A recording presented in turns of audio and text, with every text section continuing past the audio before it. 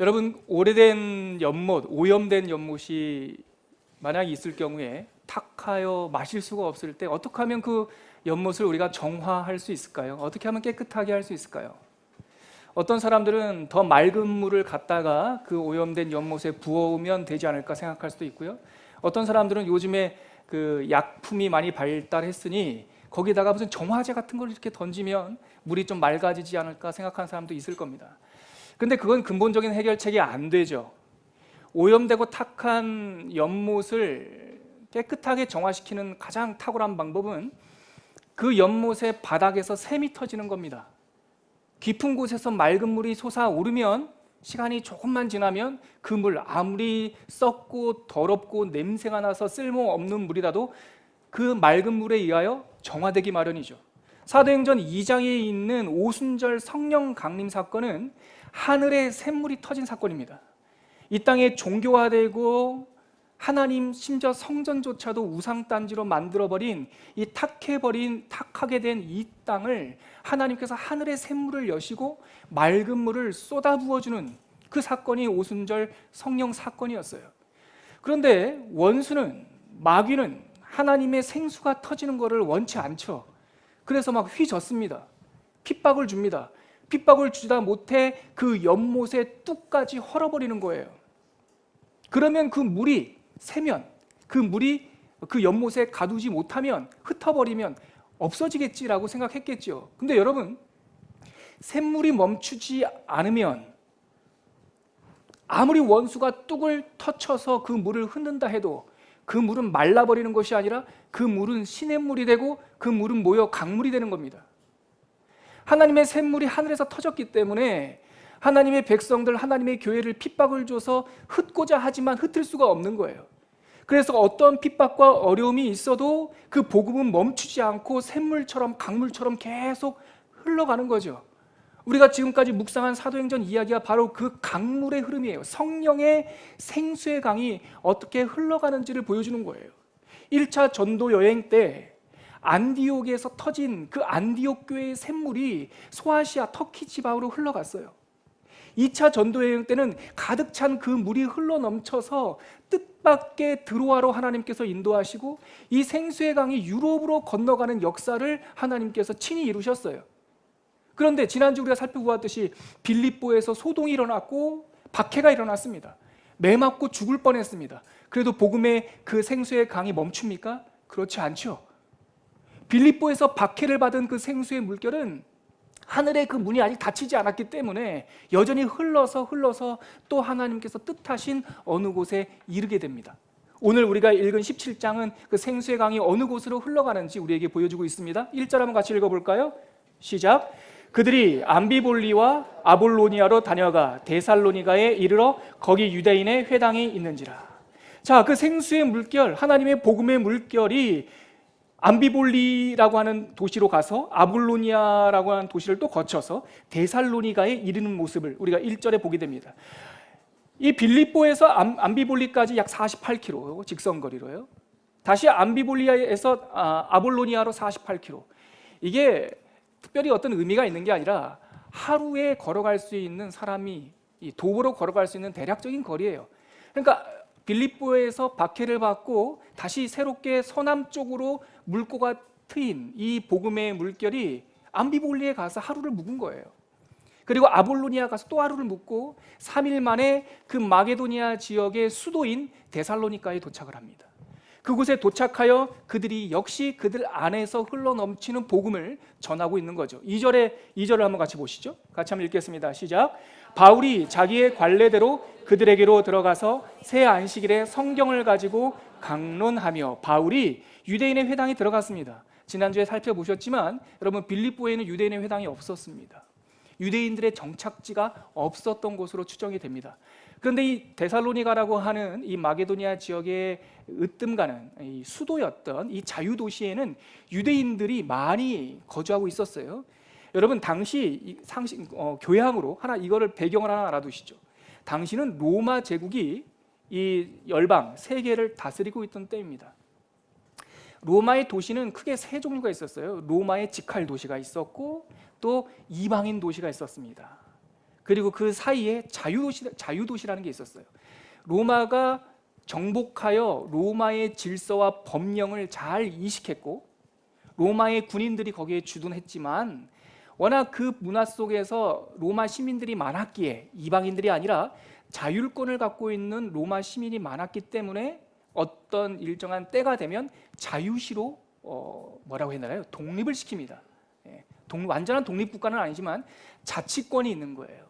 그리고 자치권에서 나오는 세금, 로마에 보내야 되는 세금이 면제되면서 그 안에서 모이는 이 세금은 그 도시를 위해 쓸 수 있는 도시였어요. 그게 바로 데살로니가였습니다.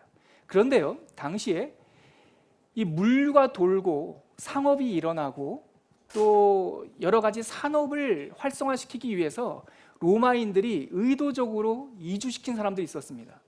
그 사람들이 유대인입니다.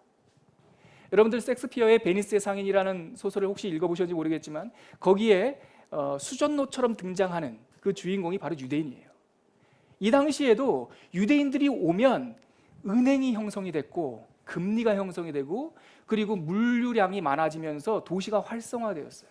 그래서 유대인들이 꽤 많이 데살로니가 지역에 집단으로 거주하고 있었습니다. 근데 그 유대인 회당, 유대인들이 모이면 남자 5명 이상 모이면 회당을 짓기로 되어 있었는데 그 회당이 거기에 있었던 거죠. 근데 사도 바울과 전도팀이 데살로니가에 이르자 그들의 관례대로 자기의 관례대로 그 유대인 회당에 들어갑니다. 여기서 여러분 중요한 게 자기의 관례대로라고 하는 이 사소해 보이는 표현입니다. 여러분, 안식일을 지키는 것은 자기의 관례가 아니에요. 유대인들에게 있어서는 안식일에 들어가서 하나님께 시나고그에 모여서 유대인 회당에서 하나님을 경배하고 토라를 읽는 것은 자기의 관례가 아니라 유대인의 문법에 따르면 율법대로입니다. 율법대로. 근데 율법학자요, 하나님의 토라에 대해서는 누구보다 더 잘 아는 이 바울은 자기네들이 전도팀이 유대인 회당에 들어간 것을 율법대로가 아니라 관습대로가 아니라 자기의 관례대로라고 말을 합니다.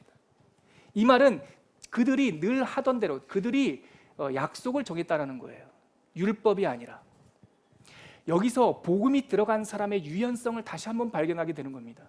여러분, 복음이 들어가면 율법에서부터 완전한 해방을 경험하게 됩니다. 왜냐하면 예수 그리스도께서 그 율법을 이루셨다는 것을, 그 율법의 완성자라는 걸 깨닫기 때문이죠. 로마서 5장에 보면 사도 바울은 그리스도가 율법의 마침이다라고 말을 합니다. 율법을 다 이루었는데 안식일에 들어갈 필요가 없는 거예요. 안식일을 지킬 필요가 없는 거예요. 그런데 전도팀은 룰을 정했다고요. 안식일이 되면 어디로 들어가겠다고? 유대인의 회당에 들어가겠다고. 왜 그럴까요? 복음을 전하기 위한 겁니다. 복음을 위해서라면 유대인처럼 할 수도 있습니다. 복음을 위해서라면 이방인처럼 할 수도 있습니다. 당시에 복음이 전해지는 거점을 유대인 회당이라고 생각했기 때문에 그들은 율법을 생각 없는 종교의 관례가 아니라 그들이 전한 그 사명의 관례대로 안식일이 되면 유대인의 회당에 들어가겠다라고 결단한 거죠. 그곳에 들어가 하나님의 말씀을 전합니다. 한 3주 정도에 걸쳐서 성경을 가지고 강론합니다. 그런데 여러분, 이 데살로니가에서도 사건이 일어났습니다. 여러분들이 예상하시는 그런 사건입니다. 지금 보면 전도팀은 트러블 메이커 같아요. 어느 도시에 들어가면 그 도시를 좀 소란스럽게 만듭니다. 특별히 지난 빌립보 지역처럼 유대인들이 없는 곳이라면 이해관계에 대한 트러블이에요. 이해관계에 대한 트러블. 지난주 살펴본 빌립보에서는 그 점치는 귀신이 떠나고 나니까 소득이 생기지 않아서 다투잖아요.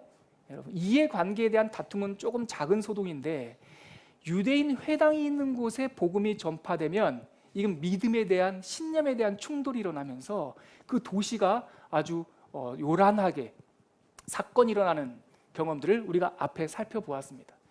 데살로니가에서도 그와 비슷한 소동이 일어났습니다. 먼저 여러분 한번 건너떠서 정말 소동이 일어났는지 한번 보실까요? 5절 말씀 한번 보시죠. 5절 말씀 보면 제가 읽어드릴게요. 그러나 유대인들은 시기하여 저작거리에 있는 어떤 불량한 사람들, 이 불량배들이죠. 불량배들을 동원해서 그들을 떼를 지어서 어떻게 했습니까? 성을 소동하게 했다라고 그래요. 자, 하나님의 관점에서 보면 그 불량배들을 동원한 유대인들이 데살로니가 시티를 막 이렇게 소동하는 그러한 현상처럼 보여요. 그런데 이 유대인들의 관점에서 이 전도팀을 보면 전도팀이 세상을 소동케 했다라고 또 이렇게 말합니다. 입장이 달라요. 그건 6절에 나오는데요. 한번 보시겠습니까? 6절에 보니까 그들이 바울과 전도팀을 발견하려 하지만 발견하지 못함에 야손과 및 형제들을 끌고 이 전도팀을 처음에 영접했던 사람들입니다.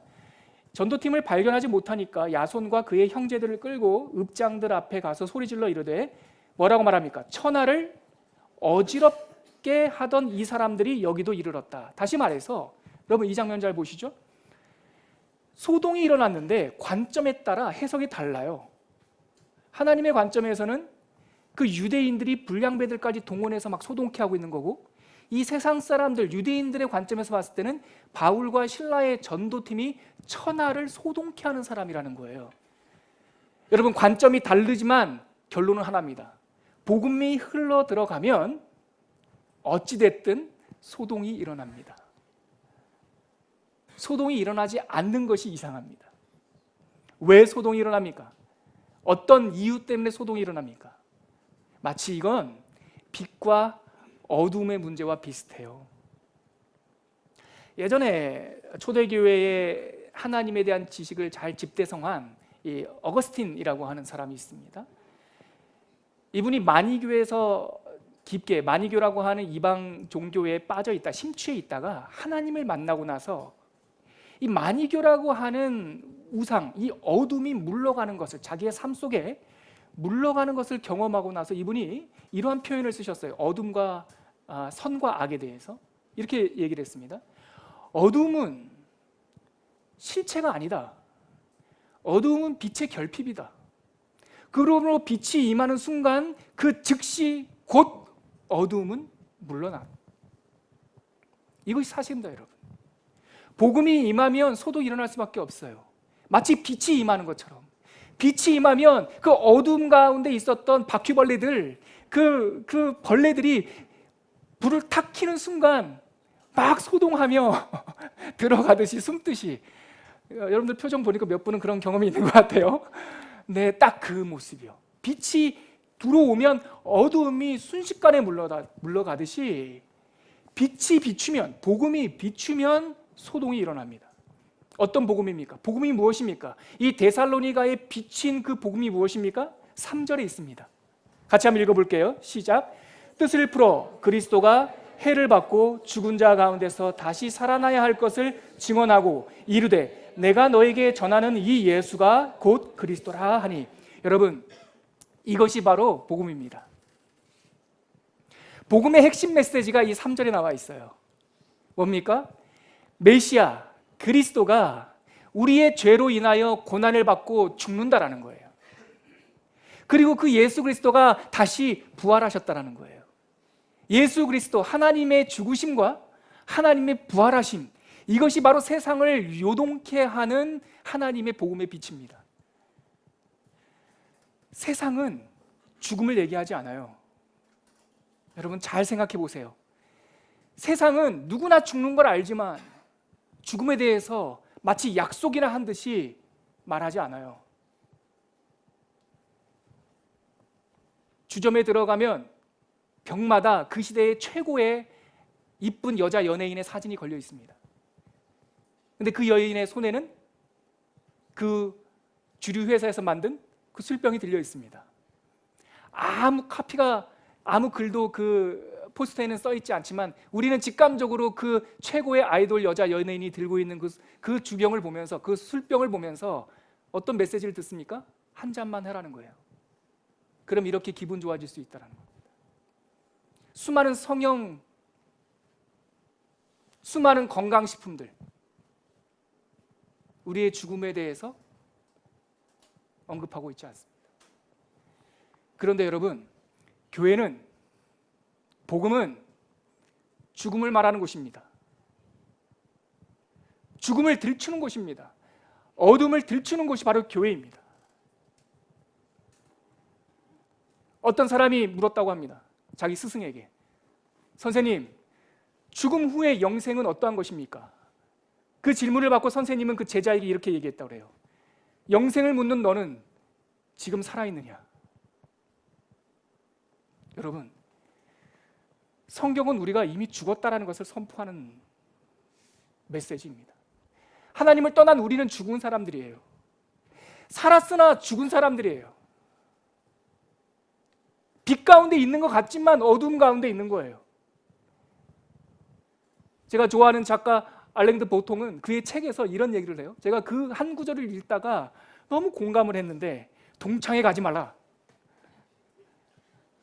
동창회 가면 죽은 사람들의 자랑을 늘어놓은 전시장과 같다. 한국 사람들만 그런 것 같지 않아요.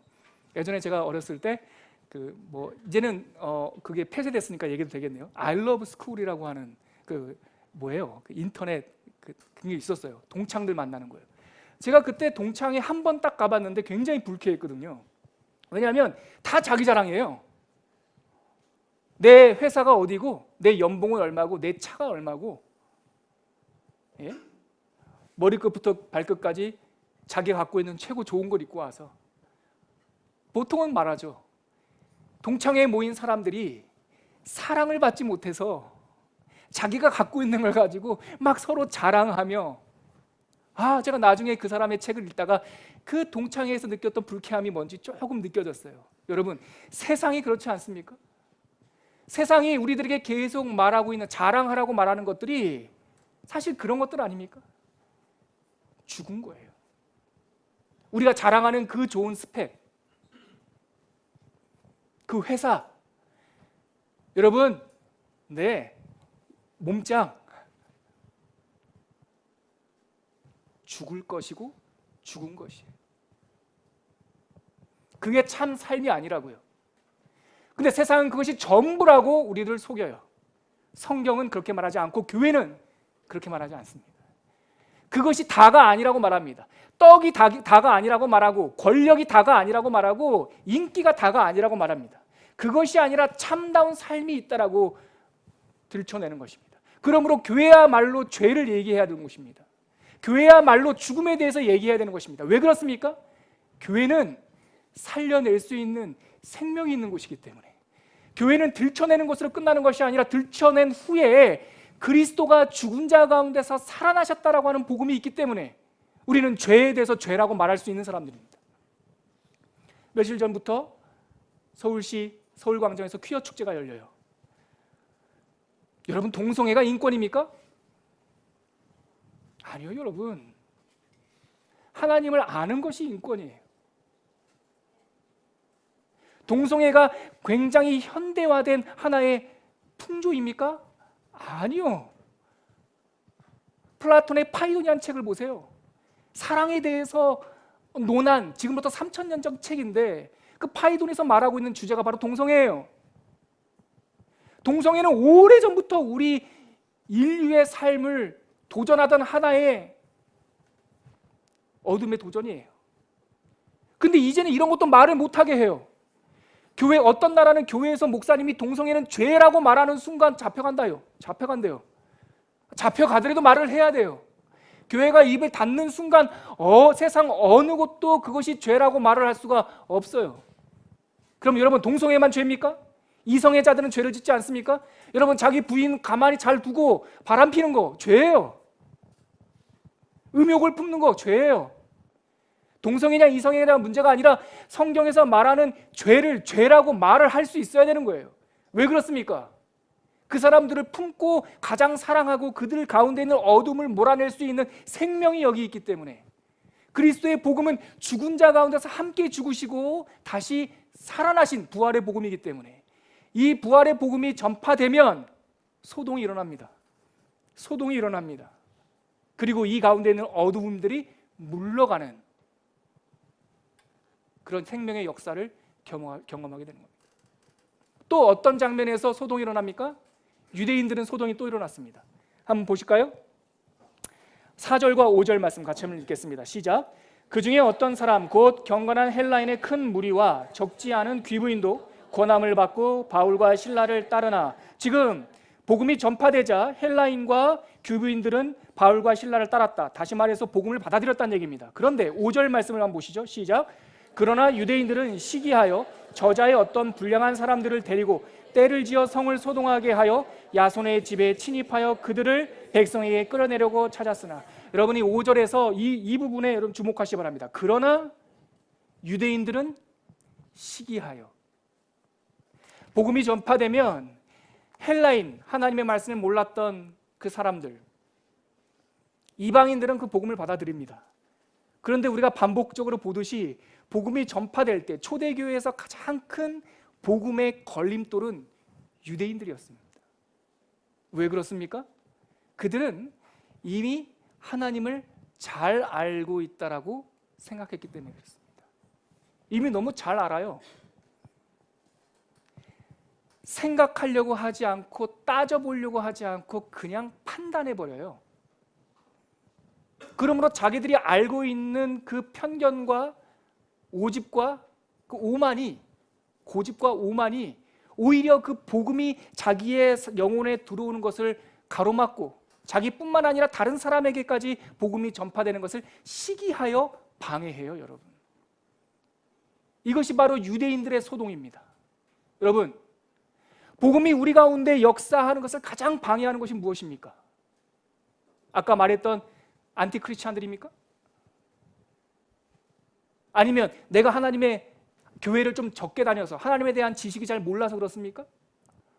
아니요. 그런 사람들, 오히려 초신자들, 오히려 하나님에 대하여 잘 모르는 사람들은 하나님에 대해서 정말 그러한가 따져보고 생각하고 그것을 따라 하나님의 복음을 받아들이기도 해요. 그런데 복음의 진보를 가장 가로막는 것은 어설프게 알고 있는 종교화된 내 습관이에요. 유대인들과 같은 그 강팍하게 굳어버린 내 영혼의 마음이에요. 그것 때문에 하나님의 말씀을 받아들이지를 않아요. 여러분, 가장 복음을 전하기 힘든 사람이 나 하나님 좀 안다는 사람입니다. 들어봤다는 사람입니다. 들어봤다는 사람에게 아무리 하나님의 복음을 전해도, 여러분, 이게 뭐지요? 대답을 한번 해보세요. 이거 뭐예요? 여러분, 지금 여러분들은 이걸 본 게 아닙니다. 판단한 거예요. 성경 말씀이 워낙 익숙하니까, 이 성경책이 익숙하니까 제가 다른 도시에 가서 다른 크리스찬들에게 여러분 이게 뭘까요? 하면 이 사람들 그렇게 빠르게 대답하지 않습니다. 왜냐하면 이렇게 생긴 성경책을 한 번도 본 적 없기 때문에. 성경책이면 금색이나 빨간색이어야 되는데 파란색으로 된 성경책을 본 적 없기 때문에 크리스찬들에게, 다른 지방에 있는 크리스찬들에게 이게 뭡니까? 물어보면 한참 이렇게 들여다봅니다. 그런데 여러분들에게 제가 지금 이게 뭡니까? 하니까 바로 성경이요라고 말해요. 그거는 지금 들여다본 게 아니지 않습니까? 판단한 거잖아요. 즉각적으로. 복음에 대해서도 우리가 이 유대인처럼 그렇게 들여다보지 않고 판단하는 경우가 얼마나 많냔 말입니다. 복음에 대해서 상고하십니까? 오늘 이 전파되는 사도행전 17장 말씀이, 여러분, 오늘 우리가 읽은 사도행전 17장 1절에서 15절까지 말씀이 옛날 이야기, 우리 삶의 참고도서가 아니라, 레퍼런스가 아니라 이 말씀이 오늘 우리들에게 전하여주는 하나님의 계시된 말씀으로 믿으십니까?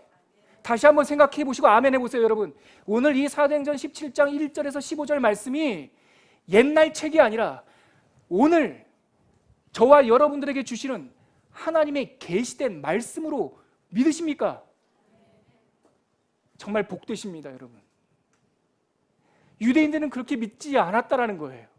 성경을 펴서, 그들이 알고 있는 토라를 펴서 이 성경에 예언된 이 예수가, 이 메시아가 우리를 위하여 죽었다라는 사실을 밝히 보여주고, 그들이 알고 있는 대로 이 그리스도가 부활한다라는 것을 다시 알려주고, 바로 죽었다가 다시 부활하는 이분이 바로 내가 당신들에게 전하는 예수다라고 누구보다도 더 정확하게 알 수 있도록 설명을 했는데, 그러나 유대인들은 마음에 시기가 가득하여 복음을 등지게 되는 것입니다.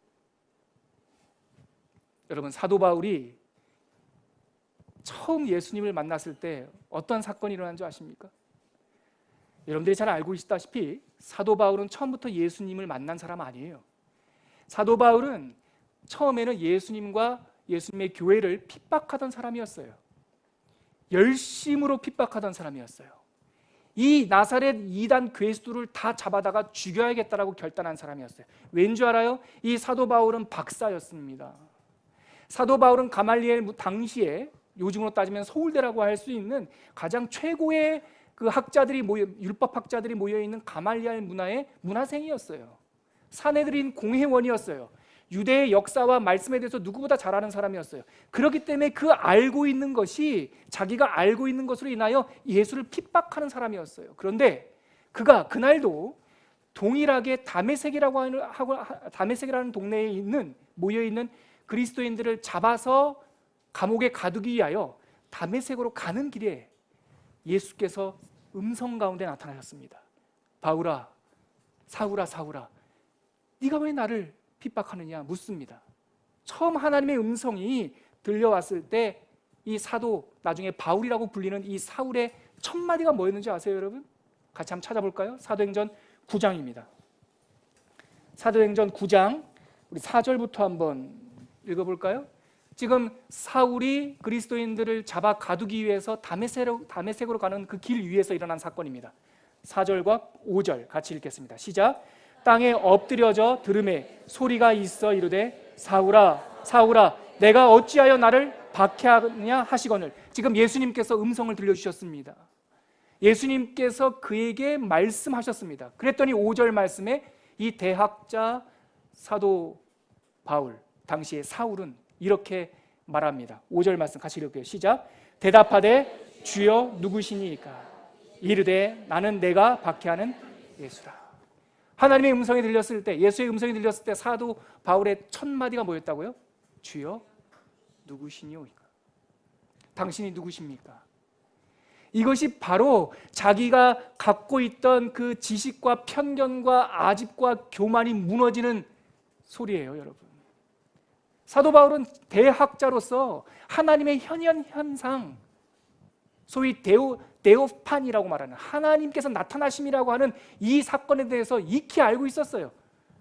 출애굽기 3장의 떨기나무 불꽃 가운데 나타났던 그 데오판이 하나님의 현상, 삼손의 아버지에게 나타났던 그 천사가 나타난 그 현상, 이미 신학적으로 알고 있었다고요. 이미 하나님께서 이렇게 소리 가운데 나타날 수 있다는 것을 이미 익숙하게 공부해서 알고 있었다고요. 그런데 그에게 하나님의 진짜 사운드가 들리자마자 그 대학자는 무너지고 마는 거예요. 그래서 하나님을 향하여 첫 번째 내뱉은 말이 당신이 누구입니까? 저는 저와 여러분들의 인생 가운데 날마다 말씀을 펼 때마다 주여 누구시옵니까? 라고 하는 음성과 질문이 있길 바랍니다. 다 안다라고 생각하지 마세요. 뻔한 거라고 생각하지 마세요. 오늘도 이 말씀을 나에게 주시는 하나님의 계시된 말씀으로 읽으면서 하나님, 복음이 무엇입니까? 하나님, 당신은 누구십니까? 라는 질문 가운데 이 말씀에 다다르면 세상의 소동은 멈추고 내면의 소동이 일어나는 줄 믿습니다. 유대인들은 이것을 받아들이지 않았기 때문에 영혼의 소동은 아무것도 일어나지 않고 세상의 소동만 일으키는 거예요, 여러분. 복음이 들어가면 어떻든 간에 소동은 일어납니다. 그 복음을 받아들이는 순간 그 영혼 안에서 지진이 일어나든지, 아니면 그 복음을 받아들이지 않으면 우리들의 겉에 생활 습관 속에서, 이 환경 속에서 소동이 일어나든지.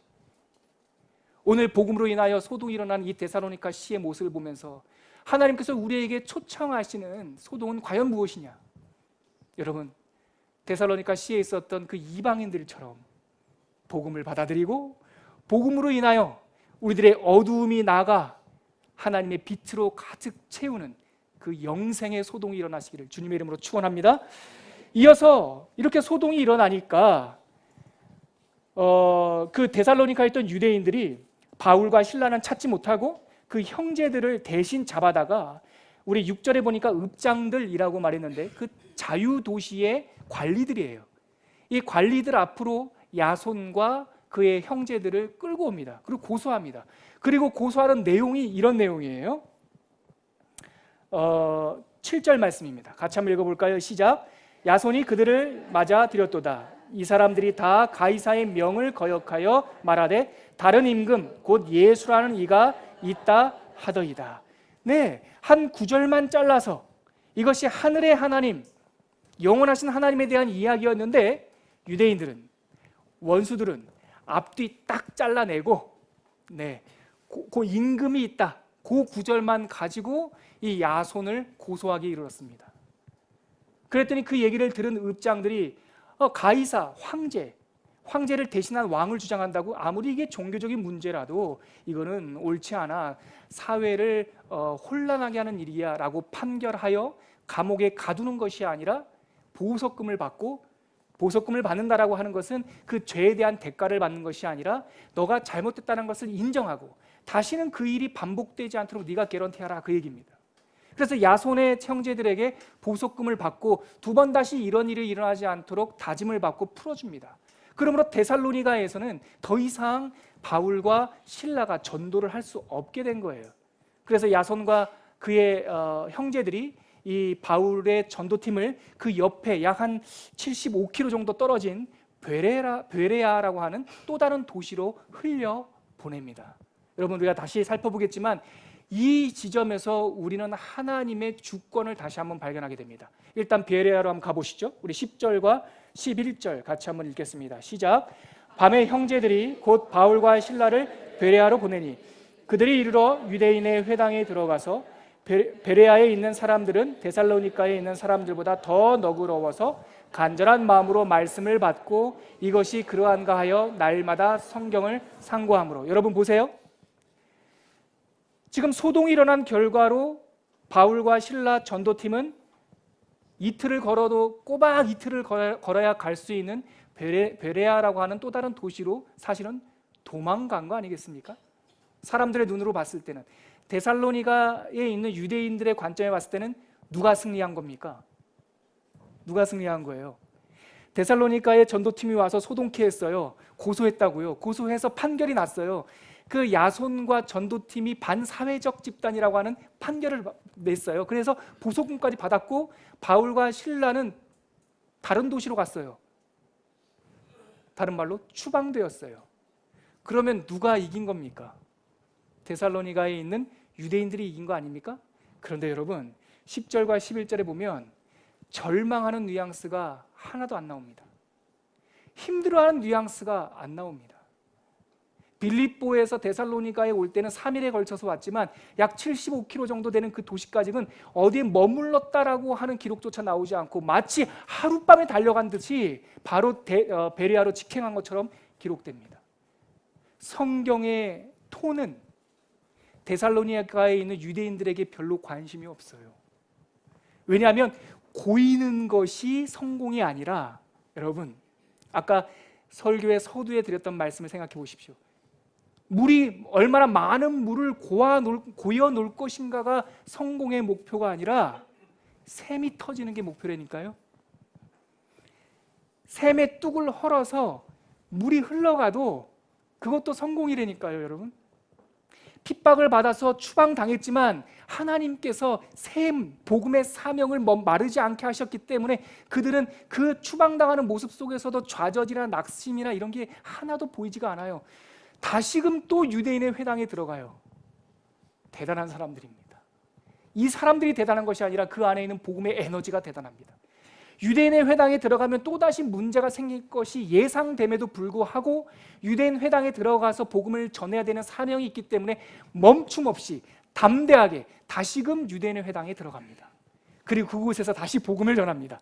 그랬더니 11절 말씀에 이 베레아에 있는 사람들은 데살로니가 사람들보다 더 너그러웠다라고 되어 있는데, 이 옛날 성경에는 신사적이었다 이렇게 되어 있어요. 근데 이 말씀에 이 단어의 뜻이 더 쉽게 번역을 하면 편견이 없었다라는 거예요. 교만한 마음이 없었다라는 겁니다. 이 베레아에 있는 유대인들은 과연 그러한가라고 곰곰이 성경 말씀을 상고했대요. 고민을 했대요. 옛날 우리나라에 있는 말 중에 딱 적합한 말이 있는데 궁리하다라는 말이에요. 조선시대 때부터 유학자들이 자주 쓰는 단어예요. 학생들에게 사서 삼경을 가리키면서 항상 빠지지 않고 했던 권면이 뭡니까? 너는 말씀을, 이 이야기를, 이 경을 궁리하라. 궁리하라는 말은 딱 여기 11절에 있는 말씀처럼 이 글이 과연 그러한가 날마다 상고하는 거예요. 말씀을 상고하니 이 유대인들 가운데 믿는 사람들이 더 많아졌고 12절 말씀입니다. 더불어 헬라의 귀부인들이 믿기 시작했고 남자들이 적지 않은 수가 믿기 시작했어요. 그런데 여러분, 그 안에서 소동이 일어나지 않으니까, 말씀의 상고함을 통하여 그들이 하나님께 돌아오는 역사가 일어나니까 멀리 데살로니가에 있던 유대인들이 이 72km나 떨어진 베레아까지, 그 전도팀을 추방한 그 도시까지 따라와서 사람들을 막 회방합니다. 그게 13절에 나옵니다. 같이 한번 13절서부터 15절까지 읽어볼까요? 시작. 데살로니가에 있는 유대인들은 바울이 하나님의 말씀을 베레아에서도 전하는 줄을 알고 거기도 가서 무리를 움직여 소동하게 하거늘 형제들이 곧 바울을 내보내어 바다까지 가게 하되 실라와 디모데는 아직 거기에 머물더라. 바울을 인도하는 사람들이 그를 데리고 아덴까지 이르러 그에게서 실라와 디모데를 자기에게로 속히 오게 하라는 명령을 받고 떠나니라. 여러분,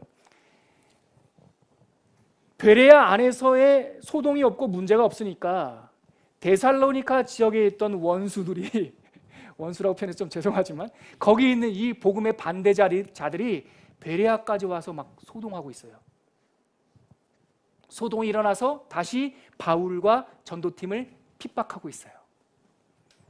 이 장면에서 우리는 두 가지 깨달음이 있습니다. 여러분, 세상의 도전은 멈춤이 없습니다. 세상은 늘 그렇게 우리를 도전할 겁니다. 우리가 데살로니가에 있든 베레아에 있든 아니면 고린도에 가든 어느 지역에 가서든 빛을 비추는 순간 어두움은 소동할 것입니다. 그런데 아까도 말씀드렸듯이 아무리 세상에 소동이 일어나고 핍박이 일어나고 박해가 일어나도 성령 행전인 이 사도 행전의 성령 하나님의 톤은 당황하지 않더라는 거예요. 왜냐하면 그 어두움을, 그 복음의 원수를 진압하는 것이 승리가 아니에요. 가라지를 다 뽑아내는 것이 농사꾼의 목표가 아니라고요. 복음이 뿌려졌을 때 가라지가 같이 납니다. 그때 제자들이 물었습니다. 예수님께, 주님, 저기에 가라지가 있습니다. 어떻게 가라지가 생겼을까요? 예수님께서 대답합니다. 원수가 뿌리고 갔다. 제자들은 또 묻습니다. 가서 가라지를 다 뽑아버릴까요? 예수님의 대답은 무엇이었습니까? 내비둬라.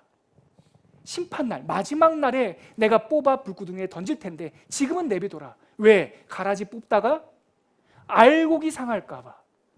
여러분, 복음이 흘러가는 이 생명수의 강줄기 옆에 도전은 항상 있어요. 그러나 성경은 그 도전에 대해서 관심이 없어요. 복음이 전해지는 거에만 관심이 있어요. 여러분, 우리가 이 지혜를 깨닫길 원합니다.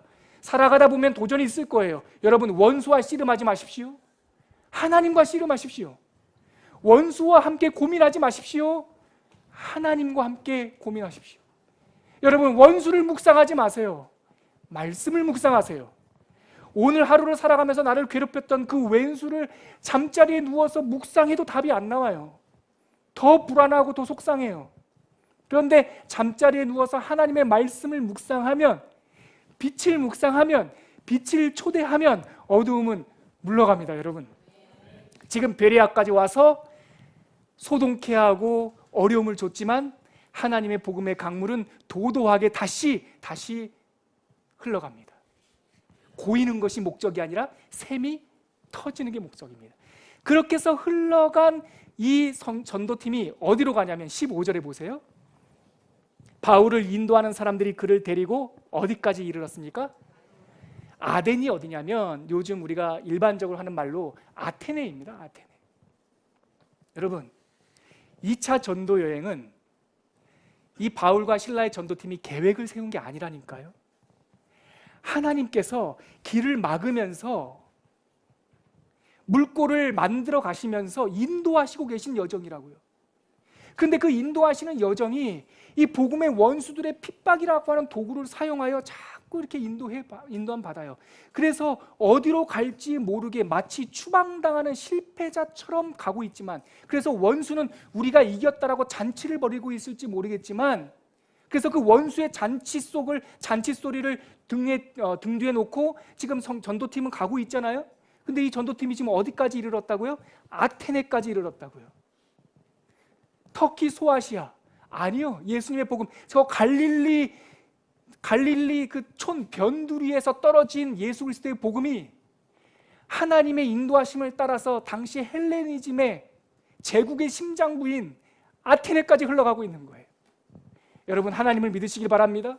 세상 사람들의 눈으로 볼 때는 실패자요, 추방당한 거요, 쫓겨나가는 것 같지만 하나님께서 그 전도팀을 그 제국의 심장부까지 지금 인도하시는 하나님의 인도하심, 세상 사람들은 도저히 보이지 않는 전도팀을 이끌고 가시는 그 배후의 역사하시는 하나님의 오른손, 권능의 오른손, 이 15절 9절을 통해서 우리가 발견하게 되는 것입니다.